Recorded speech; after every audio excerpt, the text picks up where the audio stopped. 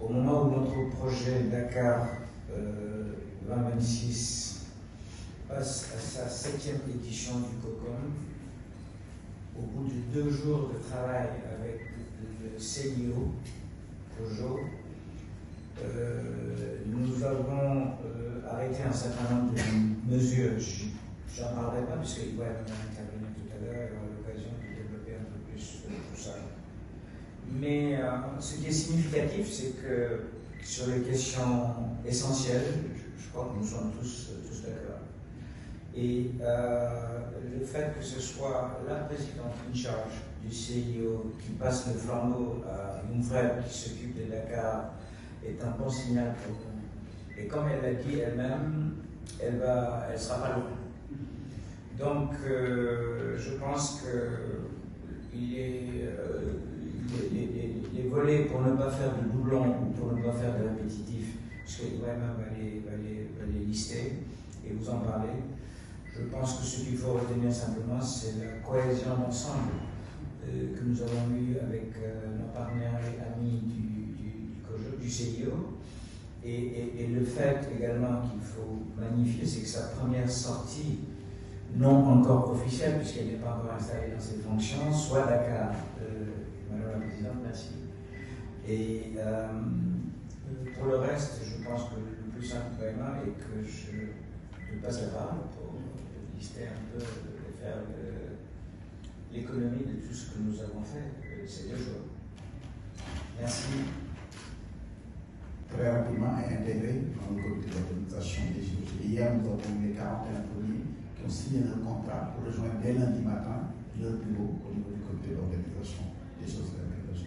Il en sera ainsi jusqu'à 9 cohortes jusqu'en septembre 2026 pour permettre d'intégrer l'intégralité des 419 Jeux sénégalais au secteur africain.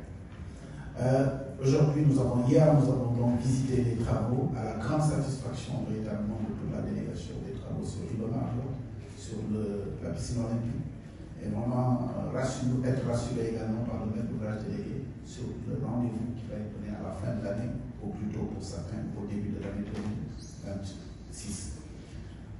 Nous avons engagé aussi d'autres dimensions qui sont importantes dans la livraison des Jeux, comme la dimension héritage, impact, héritage de durabilité. Nous avons revisité les questions de budget. C'est important parce que nous en sommes dans la mobilisation des ressources, à la fois des ressources du CIO, des ressources nationales, mais aussi des ressources attendues d'autres partenaires. Nous avons parlé également de façon claire du processus d'acquisition de biens et services à travers les codes des marchés publics auxquels nous nous sommes astreints à la demande de M. le Président. Et où est-ce que nous en sommes dans l'exécution, dans les procédures, avec l'accompagnement de l'agence fiduciaire que le cabinet Mazar nous accompagne et les cabinets Body. Nous avons ensuite parcouru un certain nombre de dimensions, comme les ressources humaines, effectivement, où est-ce que nous en sommes dans le recrutement. Sur les 755 personnes qui doivent compléter le comité d'organisation, nous sommes aujourd'hui exactement à 189, compte tenu des recrutements qui vont venir. Et une recommandation forte de la COCOM a été d'accélérer au mieux possible, parce que là, nous entrons dans une phase concrète de livraison, comme l'a dit M. le Président de la COCOM. Nous avons également passé en revue d'autres dimensions, comme l'engagement, le plan d'engagement et de mobilisation, les aspects festivals, qu'est-ce que nous allons faire maintenant sur la corniche, comment faire vivre jusqu'au coin les plus reculés du pays les vibrations des JOJ, ce qui a été déjà engagé à travers les actions que mène notre direction de l'engagement, mais comment l'amplifier, comment même engager davantage les universités, les associations de jeunesse avec qui nous avons commencé un important travail, l'école, à travers les concours, le concours de la mascotte, les concours de tenue officielle et d'autres concours comme la chanson, la danse.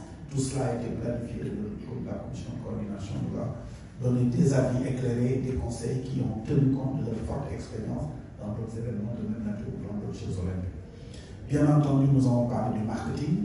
Vous avez suivi ce que nous avions fait avec la Sonatel, premier partenaire premium que nous avons annoncé, et d'autres aussi qui sont dans le comité international olympique qui nous accompagne fortement. Et nous avons également parlé de la communication et de certains nombres des relations avec les comités nationaux olympiques, des relations avec les fédérations internationales, toutes les feuilles de route et les plans d'action qui permettront maintenant d'informer et d'aller vers les fédérations internationales et les comités nationaux olympiques. Les échanges ont déjà commencé, mais seront amplifiés.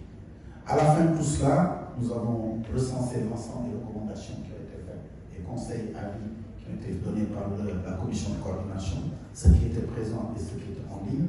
Nous l'avons synthétisé dans une matrice et c'est ça qui va constituer notre feuille de route pour les prochaines semaines, pour les prochains mois, pour montrer que d'une commission de coordination à l'autre, nous tenons compte de tous les avis éclairés, bienveillants du Comité international olympique et de la commission de coordination. Pour résumer, voilà les travaux et cet après-midi. D'autres visites vont se passer à Diamniadio, notamment au niveau du village olympique, au niveau du stade Abdoulaye et au niveau du centre équestre de la gendarmerie en cours de construction. Le maître mot, comme l'a dit le président, c'est se réjouir de cette belle triangulaire qu'il y a entre le Comité international olympique, le Comité d'organisation des Jeux olympiques et l'ensemble des partenaires qui sont présents. Et quand je dis partenaires, c'est les administrations, c'est les plus hautes autorités, M. le Président de la République, M. le Premier ministre, avec tous les cadres qui sont mis en place pour assurer un suivi permanent, rapproché. Mais également, nous n'oublions pas le ministère des Sports, qui est représenté avec tous nos travaux, la ville de Dakar, la mairie de la commune de Diamniadio, la commune de Saly, qui sont des parties prenantes. Et mon illusion, je ne dirais même pas, ce n'est pas le bon mot, pour montrer à la communauté olympique que les Jeux, c'est d'abord et avant tout pour eux, parce que quand on parle de Jeux olympiques, on parle d'abord et avant tout à et pour les Olympiens. Et donc, il nous avait demandé de lancer officiellement le mur des Olympiens au siège du COJO, qui a été, donc, le lundi 5, nous avons lancé officiellement le mur des Olympiens, qui a été signé par l'association des Olympiens, quelques membres de l'association des Olympiens qui ont pu être présents. Et aujourd'hui, nous avons le privilège d'avoir des Olympiens, Madame la Présidente du CIO, et une Olympienne, un Olympien. Mais évidemment, bien avant tout ça, nous avons eu énormément de réunions avec le ministre du Homeland Security, des GBN, directeur de la police, la gendarmerie, l'armée. C'est vraiment, c'est un pays sérieux, c'est un grand pays. Nous avons, depuis 1964, organisé de très grands événements, notamment le premier festival des Arts Nègres. Et je crois qu'il n'y a jamais eu de problème. Et qui plus est, depuis que nos voisins ont eu quelques difficultés, je crois savoir que l'État, dans sa mission régalienne de sécurité, a pris les mesures qu'il faut.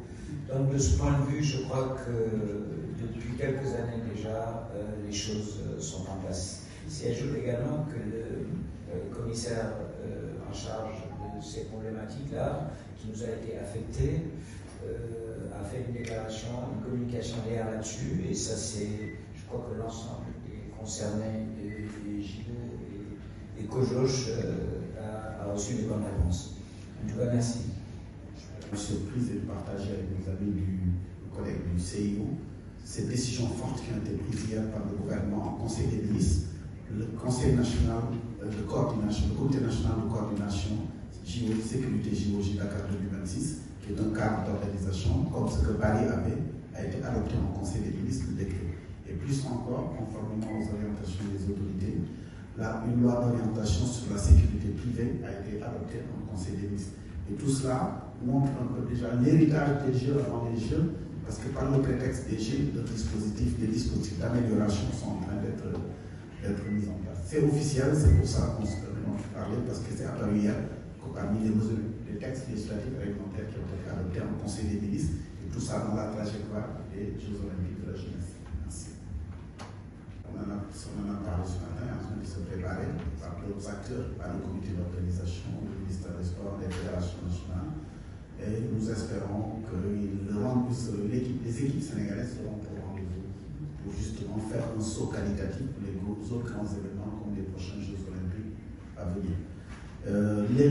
L'héritage dont vous parlez, on en a beaucoup parlé, on en a esquissé en certains aspects, comme à la fois les héritages matériels. L'héritage matériel, c'est déjà les infrastructures. Aujourd'hui, l'offre d'infrastructures sportives pour la pratique, on voit l'effet JOJ a créé cette émulation et cette compétition dans l'amélioration et le relèvement du niveau des infrastructures sportives. Plus encore, on a beaucoup parlé avec les collectivités locales des 11 infrastructures de proximité que grâce au JOJ qui, grâce au JOJ, seront réalisés.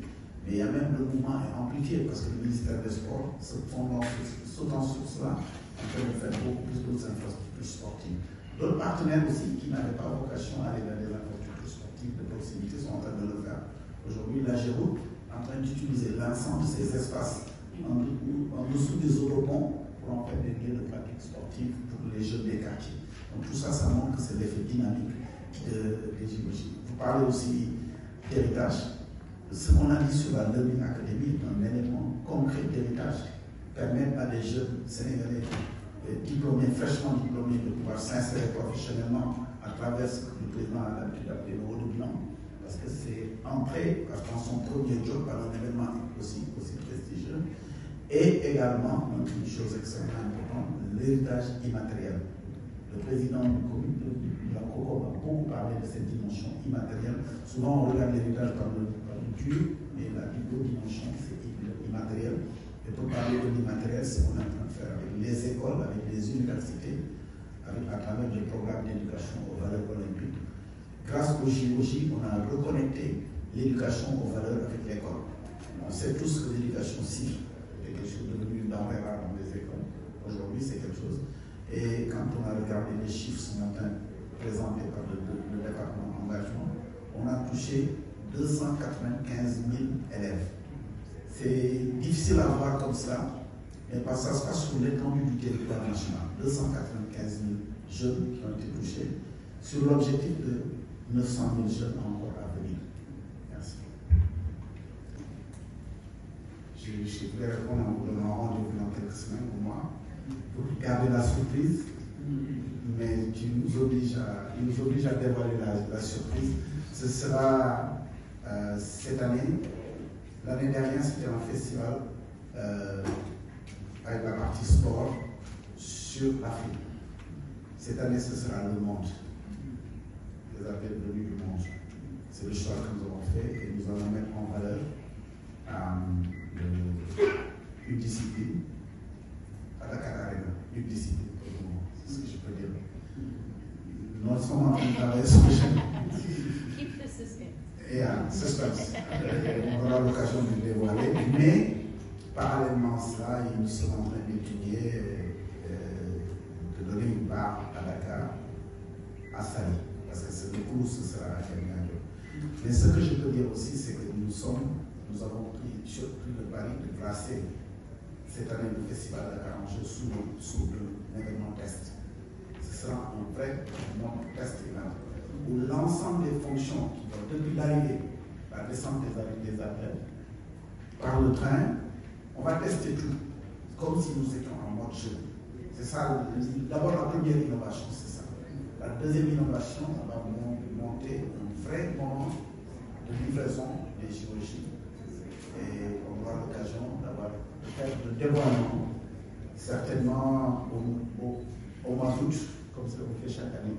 C'est au mois d'août, fin août, avec les équipes du CIO, qu'on dévoile au cours d'une conférence de presse le contenu du festival Dakar Angers. Mais je peux vous assurer que des contacts sont pris à travers le CIO avec les CNO du monde pour voir comment le maximum de CNO pourra participer à partir de la discipline qu'on a mis en œuvre. Merci. Elle a eu 7 médailles sur 2 Olympiades, Athènes 2004 et Pékin 2008. Donc, vous les femmes, vous voyez pourquoi elle tient beaucoup à magnifier le rôle de la femme. Elle a eu son rêve à 9 ans et puis tous les rêves sont permis. Et elle prêtera serment le 23. Pour le moment, elle sera installée officiellement dans ses fonctions le 23 de ce mois-ci à Lausanne.